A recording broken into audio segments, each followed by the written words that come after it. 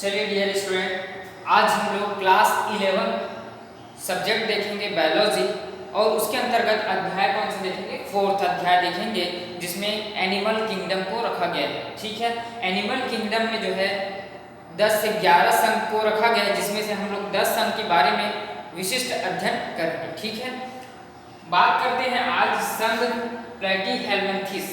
तो मैंने पिछले जो वीडियो थी या पिछले क्लास में मैंने पढ़ाया, पहला संघ जो है प्लेनेरिया या पोरीफेरा पहला संघ पढ़ाया, और दूसरा की हम बात करें तो निडेरिया के जो संघ है वो दूसरा संघ है जिसको हम लोग बोलते हैं निडेरिया या सिलेंट्रेटा। ठीक है, तीसरा संघ कौन सा है, प्लेटीहेल्मिन्थेस। तो ये जो संघ है बहुत ज़्यादा इंपॉर्टेंट है, आप सभी को कम से कम 10 संघ के नाम याद रखना ही है। पहला है पोरीफेरा, हमने दूसरा क्या पढ़ा, सिलेंट्रेटा या निडेरिया। ठीक है, तीसरा देखो प्लेटीहेल्मिन्थेस, ये क्या है, तीसरा संघ है। और सभी संघ में अलग अलग जंतुओं को रखा गया है। पोरीफेरा में हम लोग बात कर रहे थे साइकॉन की, तो साइकॉन जो है क्या होती है, स्पंजी संरचनाएं होती है जंतु की, उसकी हम लोग जो है बात किए। उसके बाद हम लोग निडेरिया या सिलेंट्रेटा की बात करें तो क्या होती है, उसमें कुछ विकसित जीव जैसे कि हाइड्रा है ना, उसमें क्या होती है, स्पंज से ज्यादा विकसित जीव को रखा गया है। और उसी प्रकार आज हम बात करेंगे प्लेटीहेल्मिन्थेस की। संघ कितना है, तीसरी संघ देखना है प्लेटीहेल्मिन्थेस। ठीक है, प्लेटीहेल्मिन्थेस में कौन सी जो जीव को रखा गया है, जैसे कि मैं यहाँ पर डायग्राम बनाई हूँ, ये किसकी है संरचना, कृमि की है ना। कृमि बहुत सी टाइप की होती हैं, जिसमें से मैं प्लेनेरिया की जो है स्ट्रक्चर यहाँ पर बनाया। प्लेनेरिया की जो है कृमि का स्ट्रक्चर है, जो क्या होती है एक मनुष्य में भी पाई जाती है और सारी जीव जंतुओं में भी ये कृमि पाई जाती है। ये क्या होती है, कृमि का मेन लक्षण यही होती है कि ये किसी जंतु पर परजीवी के रूप में जाती हैं, जैसे कि मैं हूँ, मनुष्य पर भी कृमि पाई जाती है। आप लोग छोटे बच्चों को देखेंगे कृमि की दवाई खिलाते हैं, क्यों, क्योंकि ये जो कृमि है उनके आंतरिक रूप में चले जाती है और वहाँ रोग उत्पन्न करती है। कृमि जो है परजीवी होने के कारण दूसरे जीवों पर अपने जगह स्थित कर लेते हैं और रोग उत्पन्न करते हैं। इस प्रकार कृमि की संरचना है। अब जो है प्लेटीहेल्मिन्थेस के बारे में थोड़ा जान लेते हैं कि क्या होता है। इस ग्रुप में द्विपार्श्वीय सममित पृष्ठधारी रूप में चपटे और सीलोम रहित स्ट्रक्चर देख सकते हैं। चपटे और सीलोम रहित, श्वसन तंत्र रहित, कंकाल तंत्र रहित कृमियों के समान जो है जीवों में सम्मिलित किया गया है, जिसे चपटे कृमि कहा जाता है। अधिकांशतः जो है चपटे कृमि कहा जाता है। अब यहाँ पर मैं बात करूं, यहाँ पर लिखा हुआ है चपटी कृमि जो है सीलोम रहित, श्वसन तंत्र रहित, कंकाल तंत्र रहित, मतलब इसमें क्या होती है, कुछ भी ऐसा तंत्र है सिस्टम नहीं पाई जाती। याद रखिए, ये जो कृमि है उसमें कोई भी तंत्र नहीं पाई जाती, कोई भी अस्थियां नहीं पाई जाती। ठीक है, कोई भी ग्रंथि नहीं पाई जाती। जैसे कि हम लोग हैं, हम लोग में क्या है, बहुत सारी ग्रंथियां जो है कार्य करती है शरीर को चलाने के लिए, इसमें क्या होती है, कोई भी ग्रंथियां नहीं पाई जाती है। इसी प्रकार लिखा गया है कंकाल तंत्र रहित, सीलोम रहित, श्वसन तंत्र रहित ये कृमि होती है, जिसको गोल कृमि, चपटी कृमि कहा जाता है। चलिए आगे हम लोग बात करते हैं कुछ सामान्य लक्षण, किसकी, प्लेटीहेल्मिन्थेस की कुछ सामान्य लक्षण की बात करें तो इसमें क्या होती है, इस समूह में अधिकांश जंतु परजीवी होते हैं। मैंने पहले ही कहा जो कृमि होती है क्या होती है, परजीवी होती है। ये दूसरे जीवों पर जाकर के आक्रमण करती है, याद रखिएगा। अन्य जीवों के शरीर में पाए जाने वाले और रोग उत्पन्न करते हैं। कुछ प्रजातियां जो है स्वतंत्र जीवों के रूप में होती है, जैसे कि भूमि या जल, समुद्र या स्वच्छ जल में भी पाई जाती है। दूसरा देखें, इनकी जो शरीर है पृष्ठधारी और चपटा होती है। आप देख सकते हैं फीतेनुमा संरचना, ये जो है फीतेनुमा एक संरचना की जो समान संरचना कृमि की होती है।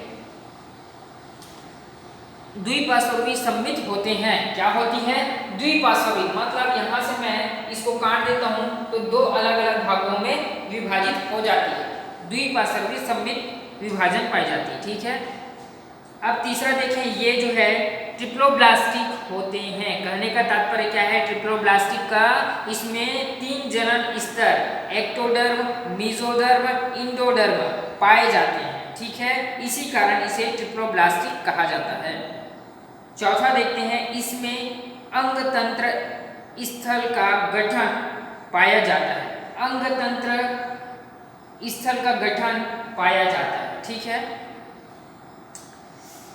अंग तंत्र स्तर का गठन मतलब यहाँ तक समझ पा रहे हैं, ये बोलना ये चाह रही है कि इसमें हेड यानी कि सिर भी पाई जाएगी, आंख रहता है, आंख भी इसमें पाई जाएगी और इनके साथ साथ माउथ मतलब मुंह भी पाई जाती है। तो अंग तंत्र इसमें पाई जाती है। ठीक है, लेकिन इसमें जो है कंकाल तंत्र, सीलोम और श्वसन तंत्र की क्रिया नहीं होती है।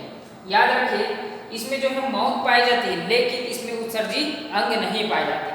यहाँ से भोजन तो ग्रहण करती है लेकिन इसमें उत्सर्जित तंत्र नहीं पाई जाती है। आगे हम लोग देखते हैं कि किस द्वारा ये उत्सर्जित तंत्र इसमें पाई जाती है कृमि में। इसमें जो है अंग तंत्र का गठन पाया जाता है और इसमें अधकोशिकाएं दैहिक योजना पाया जाता है। इसमें शरीर के अग्रभाग पर एक सिर होती है और जिसमें मस्तिष्क का संवेदनांग पाए जाते हैं। आप देख सकते हैं अग्रभाग मतलब आगे की जो भाग होती है इसमें क्या पाई जाती है, हेड पाई जाती है, सिर पाई जाती है। यहाँ पर ऊपर की पोर्शन में देख सकते हैं, यहाँ पर जो है मस्तिष्क और संवेदनांग पाए जाते हैं। और उत्सर्जी हेतु इसमें फ्लेम कोशिकाएं या क्या पाई जाती है, प्रोटोनेफ्रिडिया पाई जाती है, प्रोटोनेफ्रिडिया। अब देखो मैंने बताया इसमें माउथ पाए जाते हैं लेकिन उत्सर्जित तंत्र नहीं पाई जाती। लेकिन आप लोग के क्वेश्चन में बन सकते हैं कि कौन से ऐसा जीव है जिसमें उत्सर्जित तंत्र नहीं पाई जाती है, और तो आप लोग बताइएगा। फ्लैनेरिया जो होती है कृमि में उत्सर्जित तंत्र नहीं पाई जाती लेकिन उत्सर्जित तंत्र का कार्य करती है कौन, यहाँ पर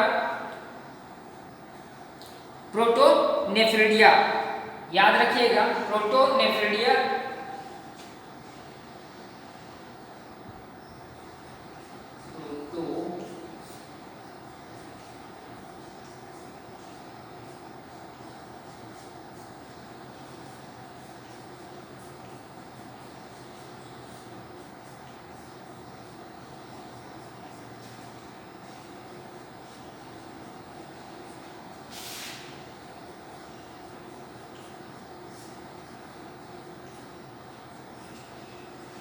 बहुत ज़्यादा इम्पोर्टेंट है।